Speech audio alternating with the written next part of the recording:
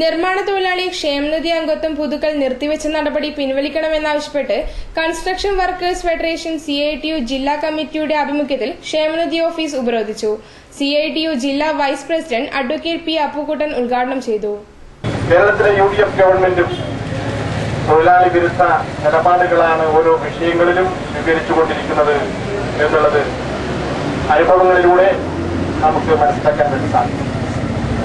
അതിന്റെ ഭാഗമായിട്ട് തന്നെയാണ് കൺസ്ട്രക്ഷൻ വർക്കേഴ്സ് ക്ഷേമനിധി ഫണ്ടുമായി ബന്ധപ്പെട്ടുകൊണ്ടുള്ള വളരെയേറെ പ്രായോഗിക ബുദ്ധിമുട്ടുണ്ടാക്കുന്ന ഈ നടപടി വന്നിട്ടുള്ളത് എന്ന് കാണാൻ വേണ്ടി സാധിക്കും. ക്ഷേമനിധി കാർഡ് പുതുക്കുന്നതുമായി ബന്ധപ്പെട്ടുകൊണ്ട് ഇപ്പോ ഗവൺമെന്റ് സ്വീകരിച്ചിട്ടുള്ള ഈ നിലപാട്, ക്ഷേമനിധി ബോർഡ് സ്വീകരിച്ചിട്ടുള്ള ഈ നിലപാട്, ആ നിലപാട് പ്രായോഗികമായിട്ട് എങ്ങനെയാണ് പരിണമിക്കുക എന്നുള്ളത് ഇവിടെ സൂചിപ്പിച്ചു കഴിഞ്ഞു. പകുതിയിലേറെ തൊഴിലാളികൾ ഇപ്പോഴും കാർഡ് പുതുക്കാൻ ബാക്കിയിരിക്കുക. ഈ കാർഡ് പുതുക്കുന്നില്ലെങ്കിൽ ക്ഷേമനിധിയുമായി ബന്ധപ്പെട്ടുകൊണ്ട് ലഭിക്കേണ്ടുന്ന ആനുകൂല്യങ്ങളൊന്നും അവർക്ക് ലഭിക്കുകയില്ല എന്നുള്ളത് വ്യക്തമാണ്.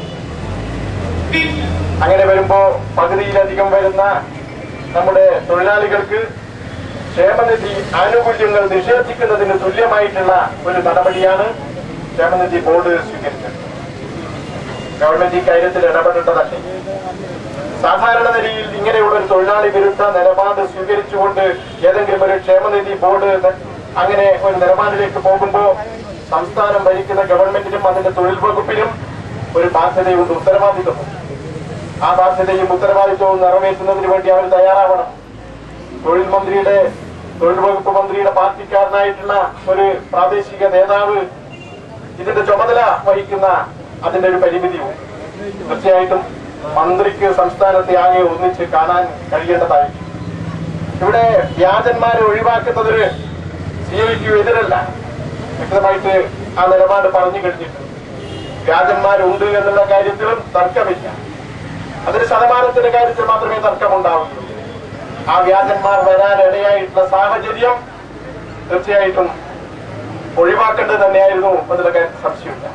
പക്ഷേ അവരെ ഒഴിവാക്കുന്നതിന് ഇപ്പൊ സ്വീകരിച്ചിട്ടുള്ള മാർഗം അത് പ്രായോഗികമായിട്ട് വലിയ പ്രയാസമുണ്ടാക്കുന്നതാണ്.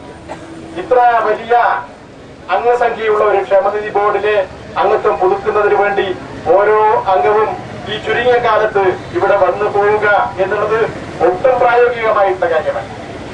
അതിനാവശ്യമായിട്ടുള്ള ഓഫീസ് സംവിധാനം ഈ ക്ഷേമനിധി ബോർഡിനുണ്ട് എന്ന് കരുതാൻ കഴിയും. ഫെഡറേഷൻ ജില്ലാ പ്രസിഡന്റ് അമ്പൂഞ്ഞി അധ്യക്ഷത വഹിച്ചു. കുഞ്ഞിക്കണ്ണൻ തുടങ്ങിയ വിവിധ നേതാക്കൾ സംസാരിച്ചു.